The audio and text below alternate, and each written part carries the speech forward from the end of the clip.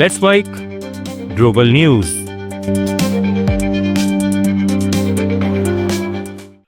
पाकिस्तान के पूर्व प्रधानमंत्री इमरान खान को आखिरकार मेडिकल मदद मिल गई। उन्हें रावलपिंडी की आडियाला जेल से हाई सिक्योरिटी में इस्लामाबाद के Pakistan institute of medical sciences अस्पताल ले जाया गया। उनको 15 वाहनों के काफिले में, जिसमें ब्लैक कारें और 3 सिग्नल जैमर शामिल थे, उनके बीच ले जाया गया, जहां उन्होंने अपनी दाहिनी आंख में इंजेक्शन लगवाया। ये उपचार जनवरी में diagnosed right central retinal vein occlusion से प्रभावित विजन सुधारने के लिए है। अस्पताल के अनुसार कार्डियोलॉजिस्ट और फिजिशियन की टीम ने पहले ईसीजी और इकोकार्डियोग्राफी से उनकी स्थिति को स्थिर पाया। फिर ऑपरेशन थिएटर में कंसल्टेंट ऑप्थेल्मोलॉजिस्ट और विट्रियो रेटिनल सर्जन की देखरेख में ये डे केयर प्रोसीजर सफलतापूर्वक किया गया। इलाज के बाद उनकी हालत स्थिर रही और उन्हें फॉलोअप सलाह के साथ जेल वापस भेज दिया गया। हालांकि उनकी पार्टी पीटीआई ने इस प्रक्रिया में गोपनीयता पर शिकायत की है और व्यक्तिगत डॉक्टरों की पहुंच की मांग की है। मेक्सिको में जलिस्को न्यू जनरेशन कार्टेल के लीडर नेमेसियो ओसेगुएरा सर्वाटेज, जिन्हें एल मेंचो के नाम से जाना जाता था, उनकी मौत के बाद देश भर में हिंसा भड़क गई, लेकिन अब स्थिति धीरे धीरे नियंत्रण में आ रही है।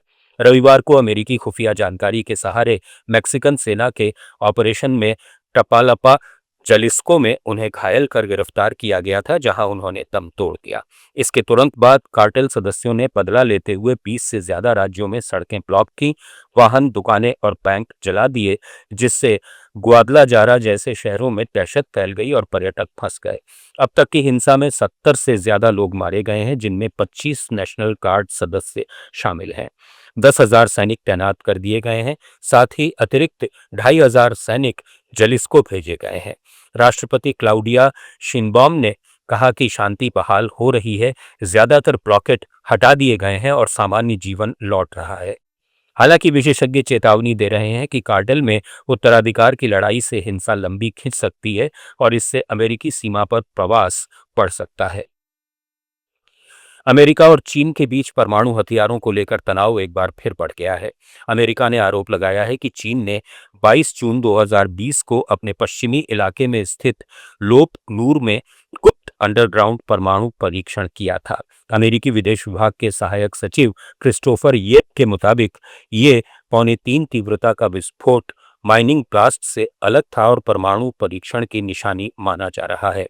अमेरिका का दावा है कि 2020 के बाद चीन ने अपने परमाणु हथियारों की संख्या 200 से बढ़ाकर 600 से ज्यादा कर ली है, जो 2030 तक 1000 के पार जा सकती है। ये बयान ऐसे समय आया है जब अमेरिका और रूस की न्यू स्टार्ट संधि खत्म हो चुकी है। वहीं चीन ने सभी आरोपों को झूठा बताते हुए कहा है कि वो परमाणु परीक्षण प्रतिबंध संधि का पालन करता है और अमेरिका खुद परमाणु परीक्षण शुरू करने का बहाना बना रहा है।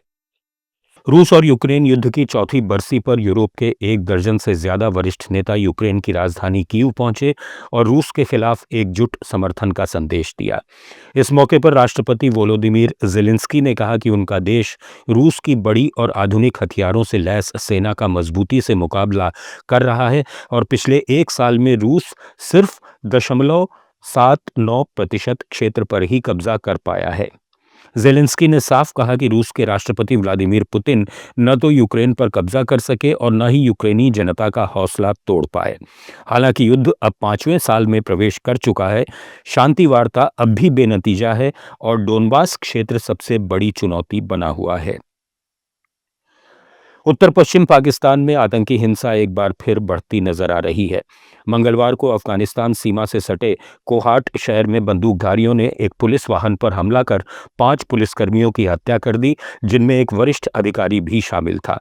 हमलावरों ने वारदात के बाद वाहन को जला दिया, लेकिन अब तक किसी भी संगठन ने हमले की जिम्मेदारी नहीं ली है। इससे एक दिन पहले पास के करक में ड्रोन और बंदूक हमले में 3 पैरामिलिट्री जवान मारे गए थे। इन घटनाओं के बीच पाकिस्तान ने अफगानिस्तान में एयर स्ट्राइक की, जिस पर तालिबान ने तीखी प्रतिक्रिया दी, जबकि संयुक्त राष्ट्र ने आम नागरिकों की मौत पर चिंता जताई है। पाकिस्तान का आरोप है कि तहरीके तालिबान पाकिस्तान जैसे आतंकी संगठन अफगान जमीन से हमलों की साजिश रच रहे हैं, जिसे काबुल ने खारिज कर दिया है। ग्लोबल न्यूज़ में फिलहाल इतना ही। जुड़े रहिए लेट्स माइक के साथ।